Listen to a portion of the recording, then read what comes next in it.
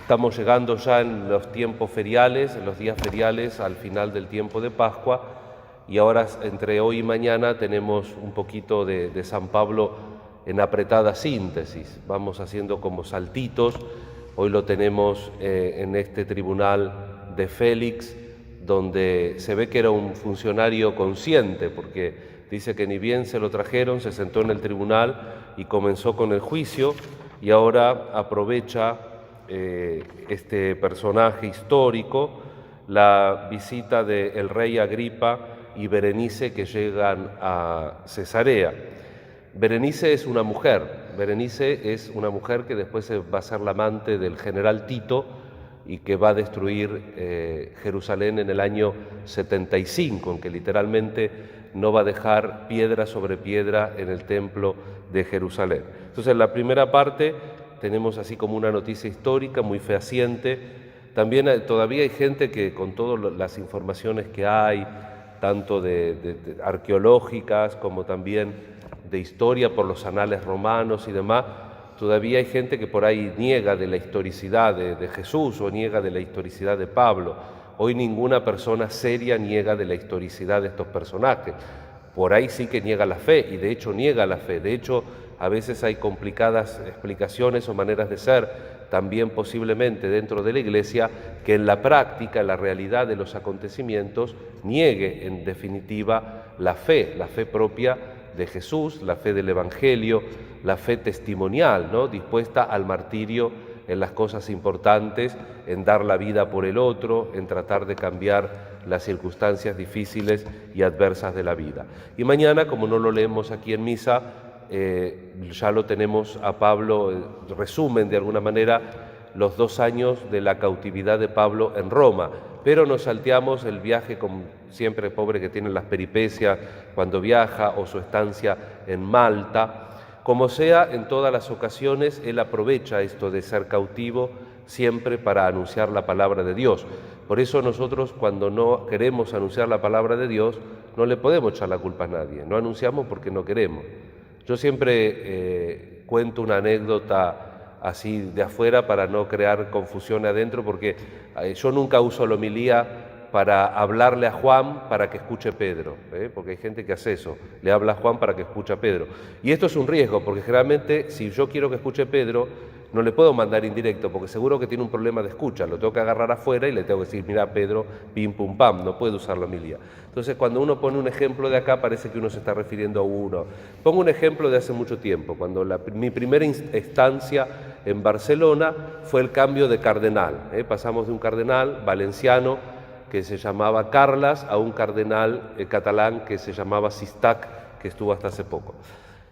Hubo un periodo en que había una incertidumbre si dejaba, y estaban todos los curas. Entonces, en una reunión que allá llamamos de archiprestazgo, le digo a los curas, escúchenme una cosa, que esté o no esté el cardenal lo vemos 3 veces al año, trabajemos y basta. Si está el cardenal, si no está el cardenal, no pasa nada, uno tiene que trabajar. Fíjate, Pablo trabaja apaleado, fíjate, Pablo trabaja en la cárcel, cautivo, lo que serían esos viajes, porque ahora a veces uno toma un colectivo más o menos digno, toma el tren, toma el avión y termina hecho bolsa. Imagínate esta gente en los viajes de aquella época, ¿no? Y con ese valor, ¿no?, para anunciar el Evangelio. Vamos a pedir entonces al Señor, casi en estos días feriales que nos quedan, para recibir al Espíritu Santo, esa fuerza, esa convicción. Y después de estas noticias históricas viene el núcleo, el cogollo de la cuestión, y que es que para Pablo Jesús está vivo. El funcionario romano dice, acá es una discusión de nombre, de un Jesús que unos dicen que está muerto, Pablo sostiene que está vivo. ¿Quién es Jesús para nosotros? Esa es la primera pregunta. Y la segunda pregunta, el salto que hacemos en el Evangelio de Juan. Dejamos el capítulo 17 y ya vamos al final del Evangelio de Juan, retomando como en una inclusión este Evangelio que se leyó los primeros días de Pascua, ¿no? La primera parte, la pesca milagrosa, y ahora la sobremesa. Pedro, ¿me amas más que estos? Nosotros amamos a Jesús más que estos, más que todo, en definitiva. Es una linda pregunta para que la Pascua no sea mero rito. Sí es Pascua, ¿por qué? Y porque el cura celebra de blanco, no se permiten las misas votivas, está encendido el cirio, tenemos tal adornito, y esa es la Pascua. No, la Pascua tiene que ser que nosotros profundizamos en el conocimiento de Jesús, tratamos de catequizar, de bautizar nuestro subconsciente para que automáticamente, para que normal, no como autómatas, sino como el hábito, el que conduce hace todo a la vez, habla, pone el cambio, saca el que no conduce como yo, tenemos que ir viendo. Así que vamos a pedir al Señor eso, que se haga hábito en nosotros el trato, el conocimiento, el amor por Jesús. Amo a Jesús por sobre todas las cosas. ¿Me amas más que esto? Sí, Señor, tú sabes que te quiero. Bueno, y para una homilía de cada día ya está bien. Aparte ayer fui a una exposición al Congreso de Arte y me agarró esta como lloviznita y ahora estoy un poco mal de la garganta. Esperemos que Dios me protege, que el fin de semana más o menos dignamente pueda cumplir con las obligaciones.